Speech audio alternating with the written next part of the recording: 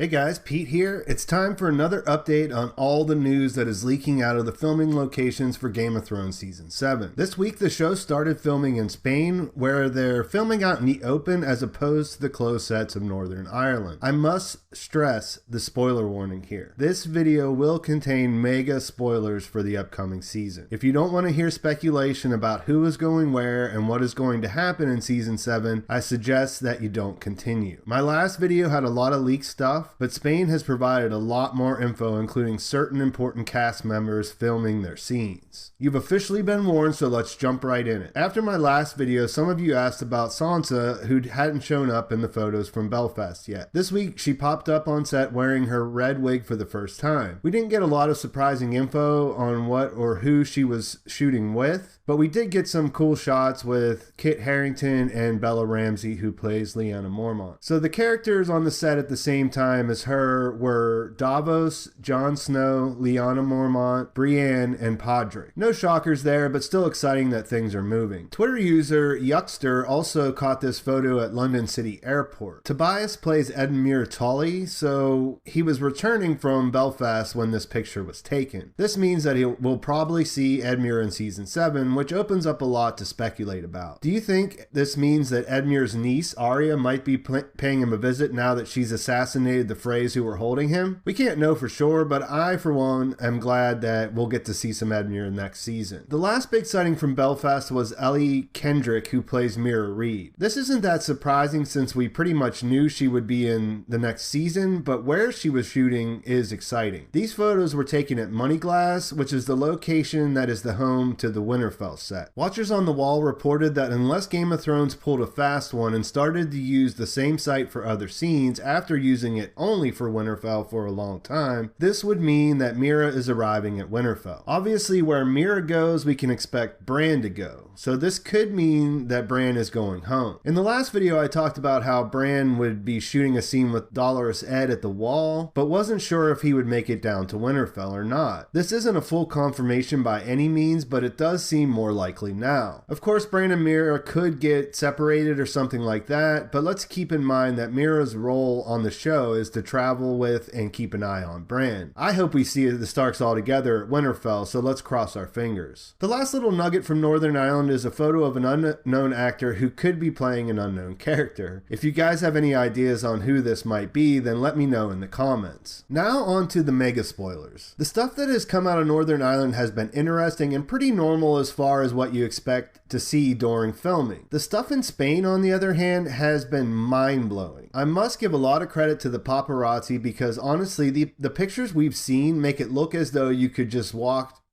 up and start watching them film right there.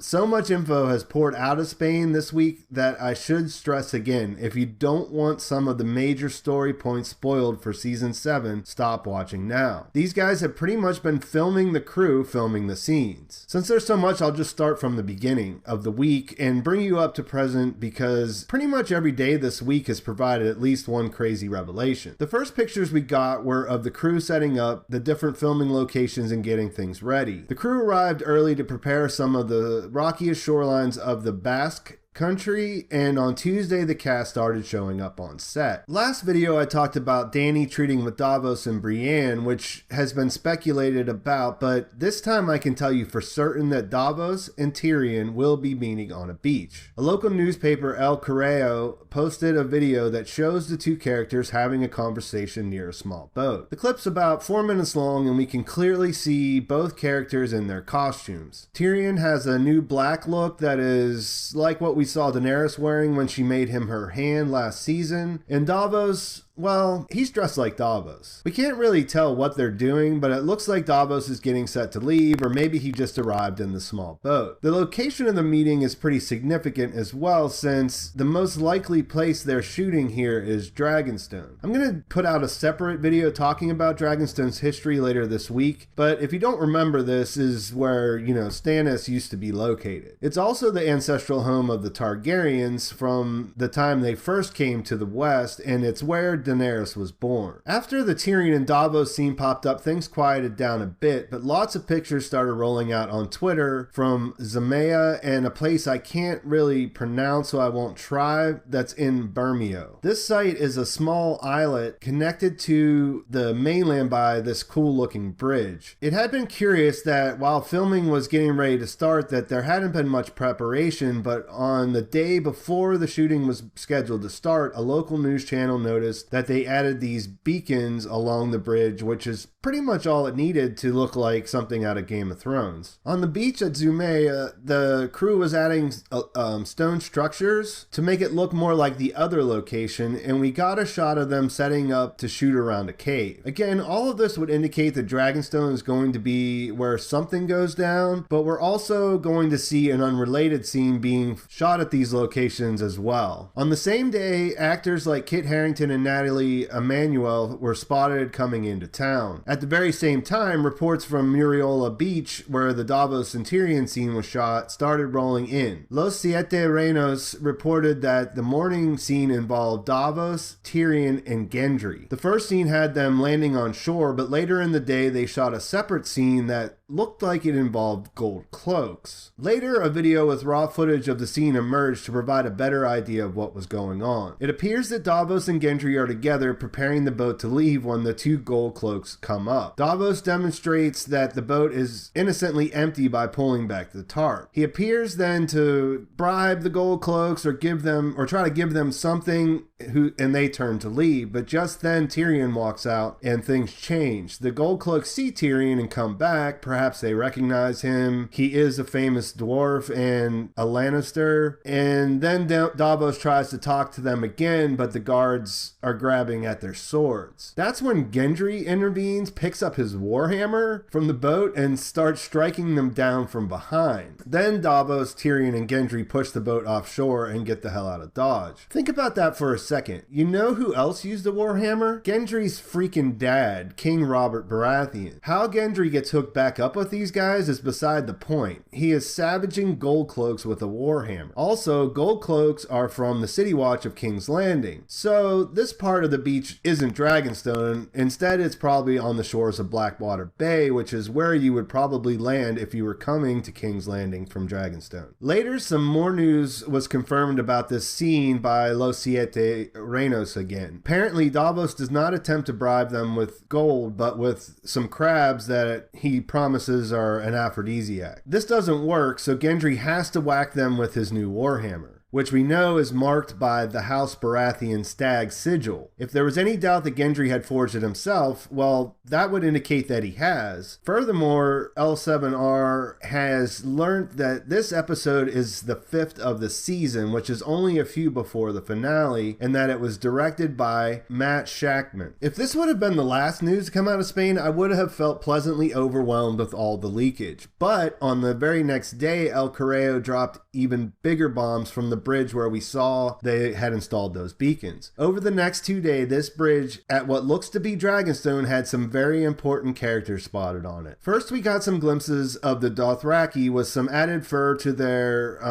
outfits on the set nearby, and then we saw Missandei, Daenerys' #1 companion, dressed in a new getup. After that, we got this gem with Jon Snow dressed like a king in the north with Davos by his side. This seems to confirm that Jon is traveling south to Daenerys' home base. If you aren't convinced, check out the Dothraki guarding the walkway in this next photo. Jon is confirmed to be traveling with Davos somewhere that is controlled by Daenerys' Dothraki. There just isn't a different explanation for this. As if all of this wasn't enough, yesterday fans got what they were hoping for. A shot of Daenerys with her entourage on the same bridge. Emilia Clarke had been spotted coming into town the same night that Jon and Davos were seen shooting, and the next morning we got a photo of Dany, Tyrion, Grey Worm, Varys, and Missandei all on the bridge. With her hand of the Queen Tyrion at her side, the Mother of Dragons appears to be headed to treat with the King in the North, Jon Snow. Later in that same shoot, we got images that include members of the Northern entourage, Jon and Davos, with Missandei and Tyrion. Dany isn't pictured in this scene, but we can imagine if they are going to meet to talk, it would probably happen inside of Dragonstone anyways, and that would be shot at their studios. Either way, seeing these four walking together is unreal, and I can't wait to see how this all goes down. There was one last bit of news that came out today when I was writing this script. It's that Philip O'Sullivan has joined the cast this year. Per Watchers on the Wall, his CV now reads that his last job was playing a maester at the Citadel in Game of Thrones Season 7. There isn't much more that we know, but this is the first we've heard about Sam's storyline, so let's hope we get more news about that in the coming weeks. So, wow, just a ton of new stuff to speculate about.